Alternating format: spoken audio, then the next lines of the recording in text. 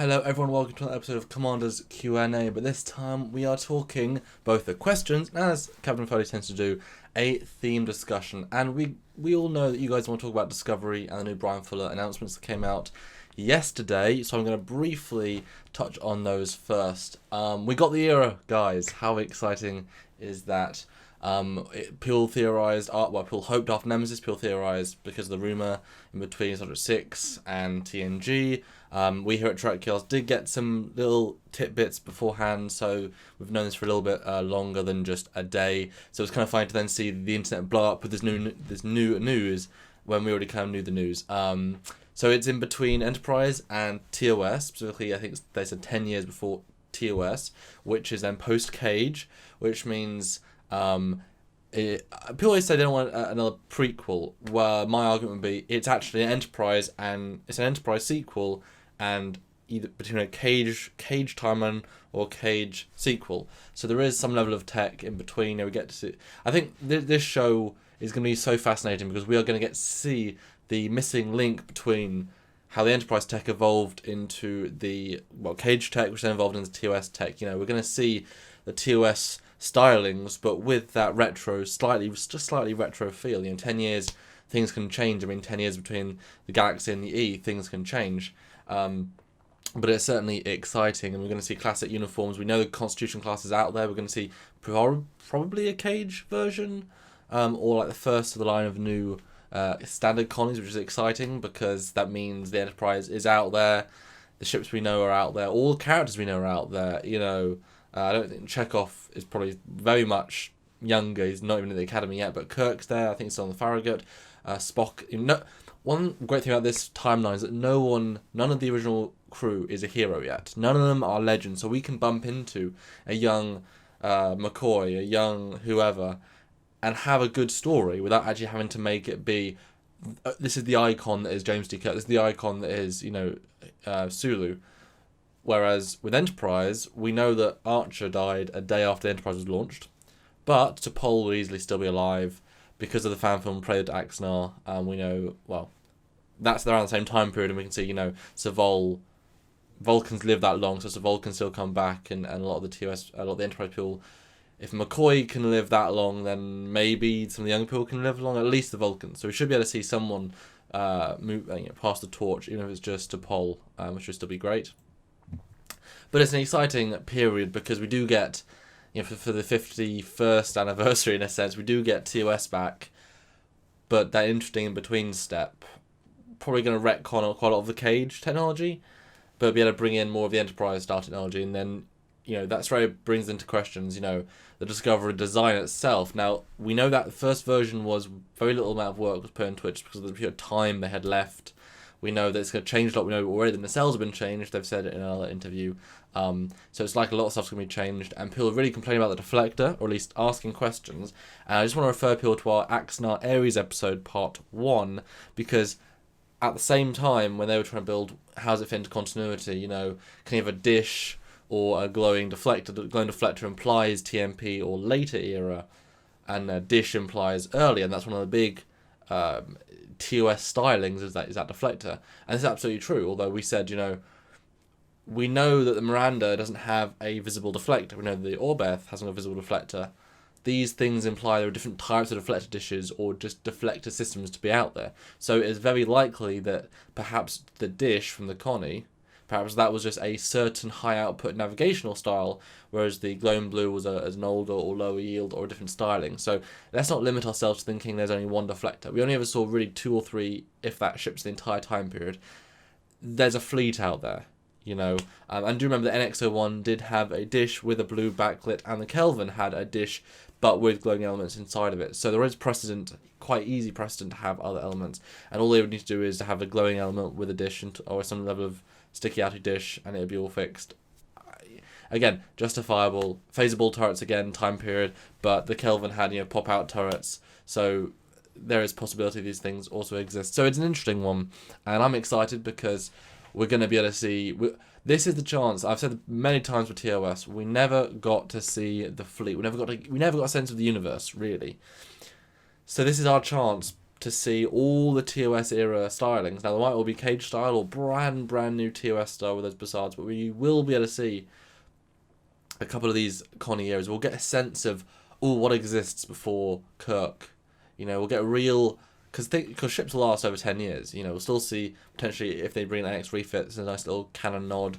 We'll still see things like that theoretically, because Miranda's last a long time as well. So it'll be really interesting to see, and it'll just make the era of Kirk feel so much more full, feel so much more realised. And by not having it be a captain, you get so many more personal stories. Star Trek has always been about the crew, but then each person gets short-changed apart from the captain. Imagine, as it is, the lieutenant is in charge. Suddenly, just like other series, you get her quarters is part of her personality. You get a real sense of space. You get a real sense of the person living their life. You get a much more intimate journey of this Trek universe, because I've said for a long time now, Star Trek is not difficult to write for, because some of the best stories are just like Wrath of Khan and some other things.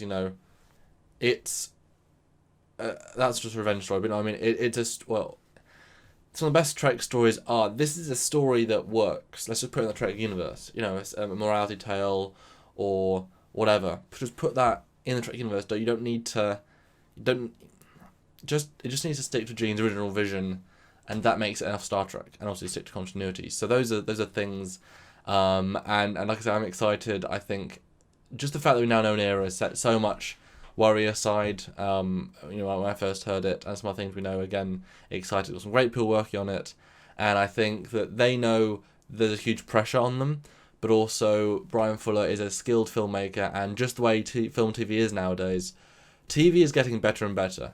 If you've got a Game of Thrones style show where, it's just characters and then a story, and then it's serialized, it's novella, so it's developing and people, and that's so interesting. And I think taking Star Trek and breaking it down to not a flagship, not even a special ship, just a ship, and by having the Ralph McQuarrie design, you link to a fun bit of canon or side canon there, just that fun reference. Just have it be a ship.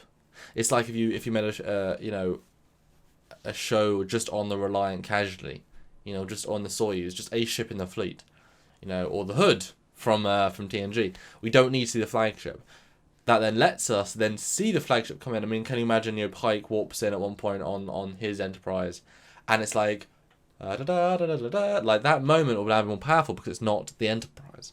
And Discovery is still a great name, implying mission to explore. But those are my quick thoughts on the new announcement. Had to get this out now. But this is also Commander's Q&A, so I've got questions. I'm sorry, I'm not wearing anything complicated this time. Just wearing a black shirt and with headphones that keep popping out, because they always do that in our show. But yeah, it's been a little bit smartly, vaguely neat. So, back to last time's Commander's Q&A. First question is from IR Dofstremus. Not helpful, I know. Speaking of TMP era, what are your thoughts on the Abe-class torpedo destroyer? Yeah, great design. Love it. It's a sort of Connie saucer, tuna cells lower down, and 4 torpedoes at the front, presumably at the back as well. Yep, that looks like a kick-ass torpedo gunboat. I like it. And I'm trying to make this a quick one, guys, because I've got to edit an episode for next week. It hasn't been made yet, and I'm taking a bit of time for next week, so can't spend too much time on this, but I want to get this out for you guys. Question from Ebenezer 1690. Which Star Trek vessel would you choose if you had to fight a Star Wars Imperial cruiser? I love your work, Commander. Keep it up. Thank you. Sorry, love your work. Yeah. I'm assuming you mean Imperial Star Destroyer. That is difficult. If you take the premise that they haven't got fully fledged shields, then anything would be pretty effective. But deflected shields will still do pretty well. You've got to look at a Sovereign. I think a Defiant, those turbo laser batteries, 1 or 2 hits, or just a few sustainable hits, because there's a lot of torpedo batteries on the Star Destroyer.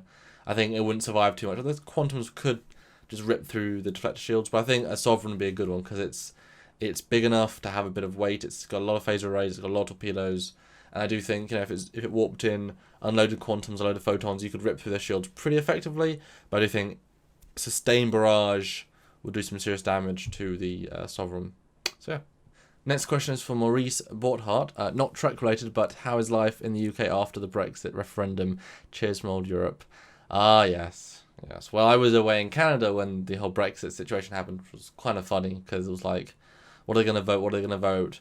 Went to sleep, then got a phase 2 the next day. Oh damn, we left. And then when I came back on the flights back, there was a German man I bought a sandwich next to, and we saw each other in the line of something else in customs, I believe.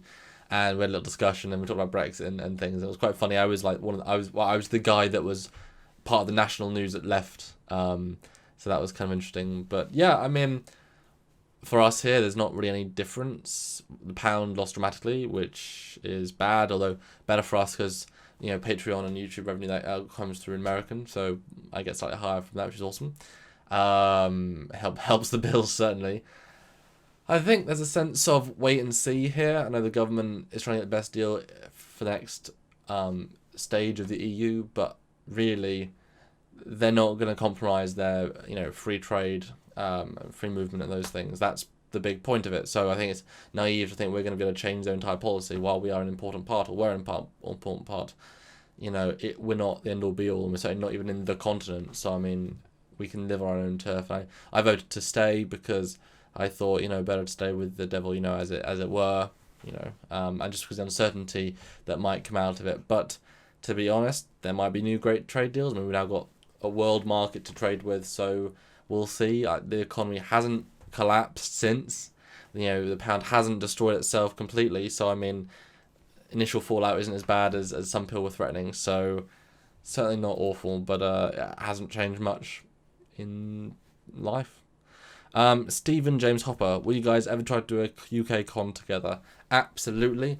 There's a UK Birmingham convention called Destination Europe, and there's a huge Trek convention with William Shatner, George Takei, and all that. That's Europe's big celebration, and I'm hopefully going to try and get both myself and Stuart there in some form.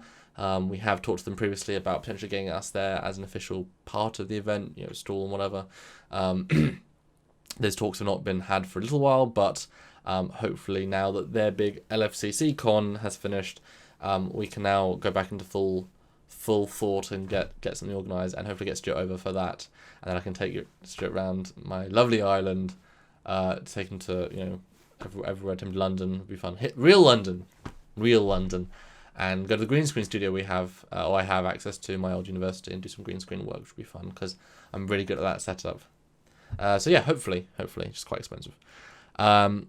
Will we see anything related to Star Trek Attack Wings? That, I believe, is the tabletop game. I mean, neither of us have it. I have a Star Trek game. I have the precursor to that, which I was going to play with Stuart at one point over Skype, but it's like a $35, $40 pack to get the original version. I mean, we're focused on ships, and obviously those sorts of things are the same ships, but in a game form. I'm not sure what we'd talk about except a review of some kind, but that'd be quite a lot of capital to then buy the packs and review them and time, and I don't think people would really watch it as much. I mean, if Star Trek Attack we wanted to sponsor an episode, give us some free ones, I'm absolutely would love to do that, but I think we're focused on the ships and tech of Trek with the designers that designed the stuff you love, so that does take priority. And while we are producing lots of extras right now with the interviews and the prop works and things, that was all recorded in Denver. I mean, in Mission America, and was filmed to be released in this format. Edited in a certain way and then be able to release weekly. So not Starway, but we are doing slow content, and that is a video game as well. Do you think Axanar will ever be finished or released? What's your opinion on the whole CBS Paramount rules for fan films? Wow, big question. I know we haven't really said much about this because we are in the middle of everything. We've talked to people behind, involved with CBS. We've talked to people from beyond. We've talked to every single fan film. Everyone likes us, from James Clory to Mignogna to Alec Peters. I mean, we're in the middle of everything, and so it's not our place to really, in an environment where we are also trying to make Trek content, and Trek FM does amazing audio stuff every single day, and then we are a video side of that. While the fan film rules don't apply to us because we're not a fan film, we don't want to necessarily get into those waters. And Axanar, I mean, I've said before, I'm an Axanar project supporter in the sense I support getting the story produced. Anything else behind the scenes, that I don't know all that stuff, and so to judge it, there's two sides to every story, and when the story is this complex and has this much money behind it, it's really difficult to say. But I've been to Aries, I've seen the work they do there, I've seen how much love and attention they put into making the Axanar feature, and I know very much that they want to finish that feature, and then do more for you guys. You know, they're not doing it in a selfish way to make the, you know, we all make content for other people, you know, and I think they know the story should be told. At least, you know, Alec is very, very firm on this because it's a great sounding story, and we've seen some of the other CG that was in the production, and it's really incredible. You know, Tobias has done some absolutely phenomenal stuff. You know, before they were forced to stop, you know, I saw some of the stuff, and it's like, wow, absolutely gorgeous. So I really hope it does get made, but in what form, we don't know. Like I said, I support the story being made. Everything else is, you know, beyond my pay grade, as it were. Haben Jean again. Did you get your fiance a ring yet? Never had a fiance. I have a girlfriend. Had one for a few months now, but no, I'm not a fiance. Again, Haben Jean. How's the In-N-Out burger after all? So you bought us an In-N-Out burger. It was good.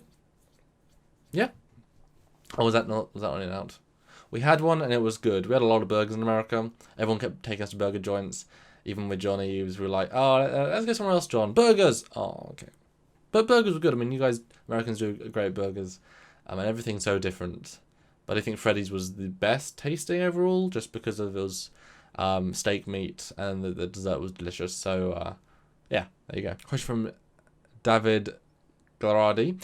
Would you like to see Archer back in Star Trek Discovery? It's been announced the series is set 10 years before Kirk. I would love to see Archer back in Discovery, but he has unfortunately passed away because the Enterprise was launched quite a long time before this, in 2245. So no, he's passed away unfortunately. But maybe some recording, maybe his son, daughter, maybe there should be an Archer on the ship. That'd be cool.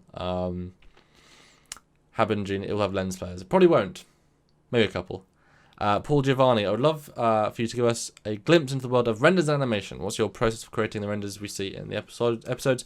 Roughly how long does it take to create each one? Well, I've been hard at work with the USS Franklin. We've filmed an episode with Sean Hargraves on the Franklin, and I've spent the last basically all week building animations, rendering them with a very, very good 3D model we've had, and you'll see it.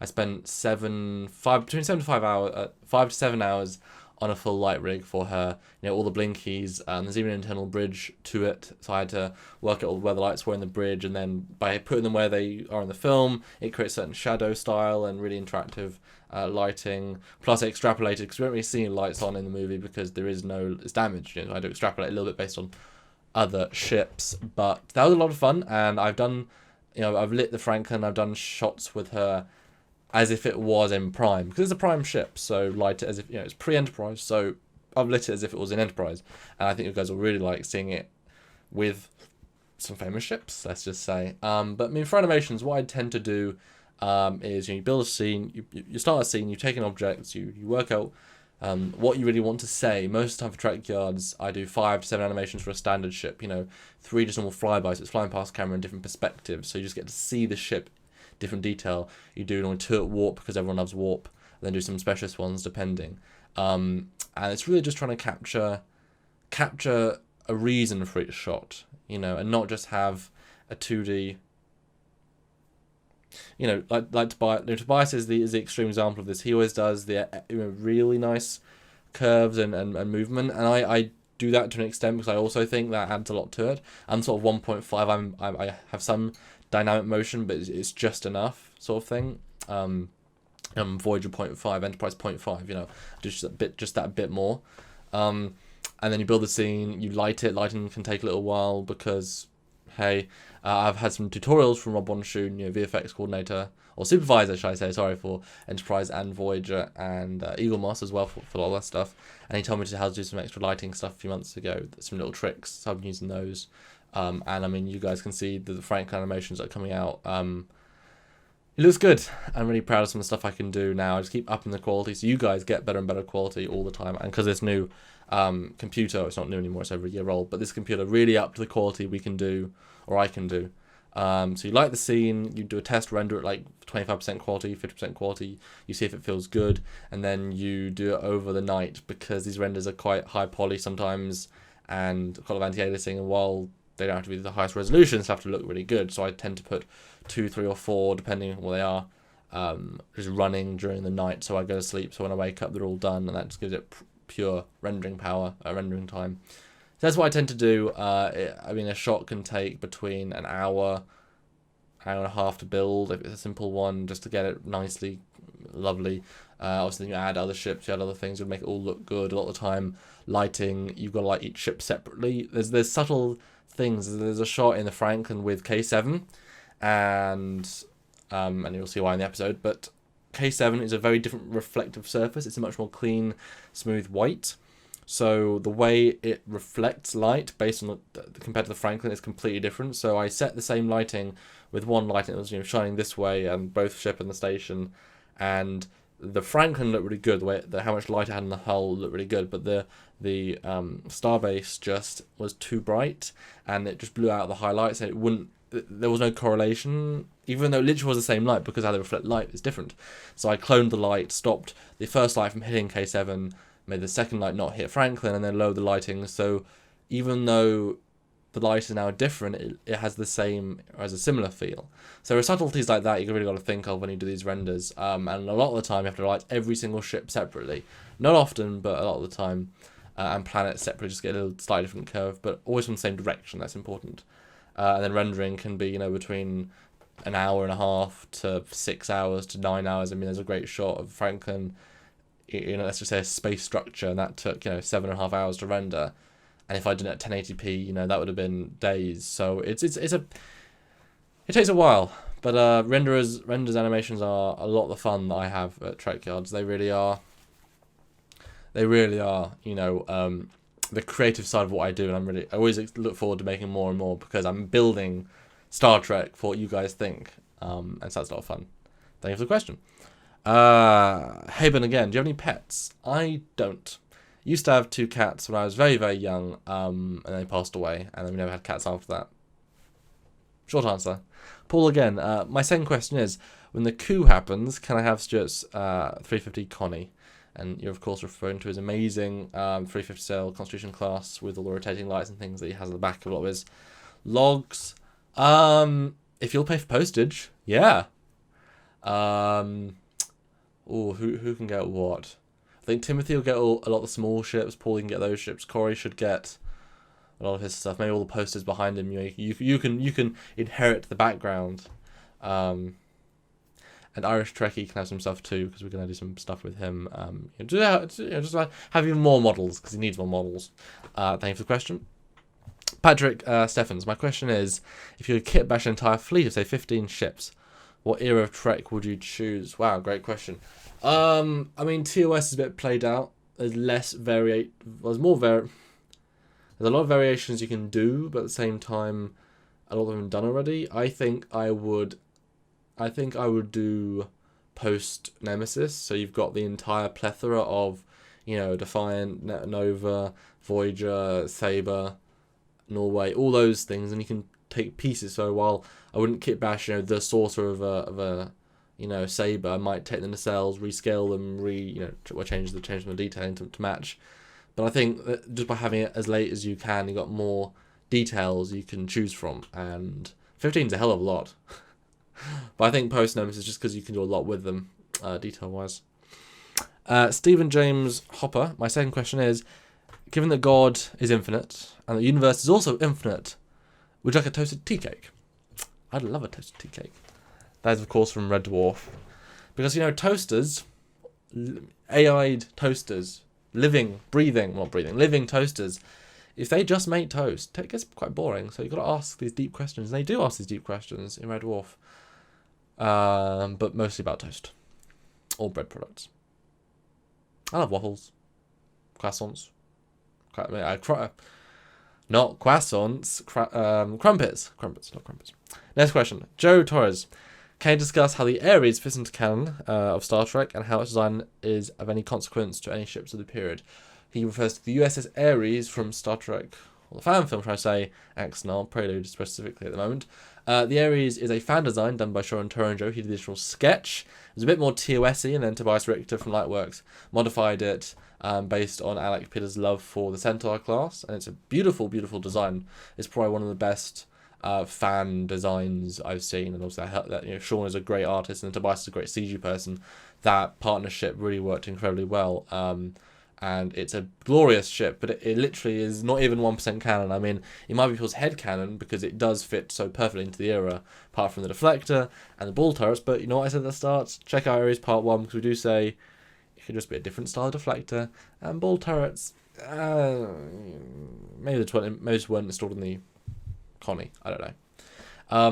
So it's not canon, has no place in canon. It looks like it could be in canon, but I mean, anything in the Aries is not so much take that as a rule, but take that as a well thought out piece of tech. So, you know, Alec Peters, Tobias Richter, Sean Turandra are big canon people, and they very much try to put things into the continuity. So if you look at the Aries or any of the ships in the Axanar fleet, you will see a ship that fits because they are very careful to make it fit. But in the grander continuity, I mean, obviously it doesn't fit. The only thing that is canon is Enterprise, TOS, TNG, Voyager, DS9, and the now 13, 14 movies. You know, including the JJ verse Prime stuff. Yeah, look at the Franklin, the Kelvin, things like that. So, yeah, doesn't fit into canon, but it's an interesting look at a great fan design. Corey Wallace, Commander, do you have a favourite or least favourite ship to render with all the effects, and do you have a preferred angle or background for said renders? Oh god, that's a good question. When you do as many animations as I do, and I try to do one for every single ship we do Saturdays for, so literally every Saturday, apart from Technologies, every Saturday, just about, maybe minus say 10, since we started 2 years ago almost, I've done renders for, so that's a lot of ships. Honestly, the Franklin's a hell of a nice ship to animate with. Obviously, I'm doing this right now. The Galaxy is quite nice, although some angles just don't work so well. The Akira was a really nice one, actually. The Titan less so because of the bulk. We've got another fan design coming up that looks great at Warp. Move a look behind me. Connies are always fun to render. Sovereign was pretty good. Actually, the Deredex was really nice, just to get that scale and to give it because you want to. This is one thing J.J. Abrams, well, I didn't do it well. He did apply it. The very first shot you see of the J.J. prize was it filling the frame so far that it even goes beyond the frame. To give a sense of scale, the Deredex is a humongous ship, and so filling up the frame tells you as a certain scale. So that was what I did for that one. And the NX Reefer was pretty fun. I mean, they're all interesting. They've all got different challenges. They all reflect light differently. They all certain ones you want to see certain details of more. Certain ones, yeah. But Botany Bay was an interesting one.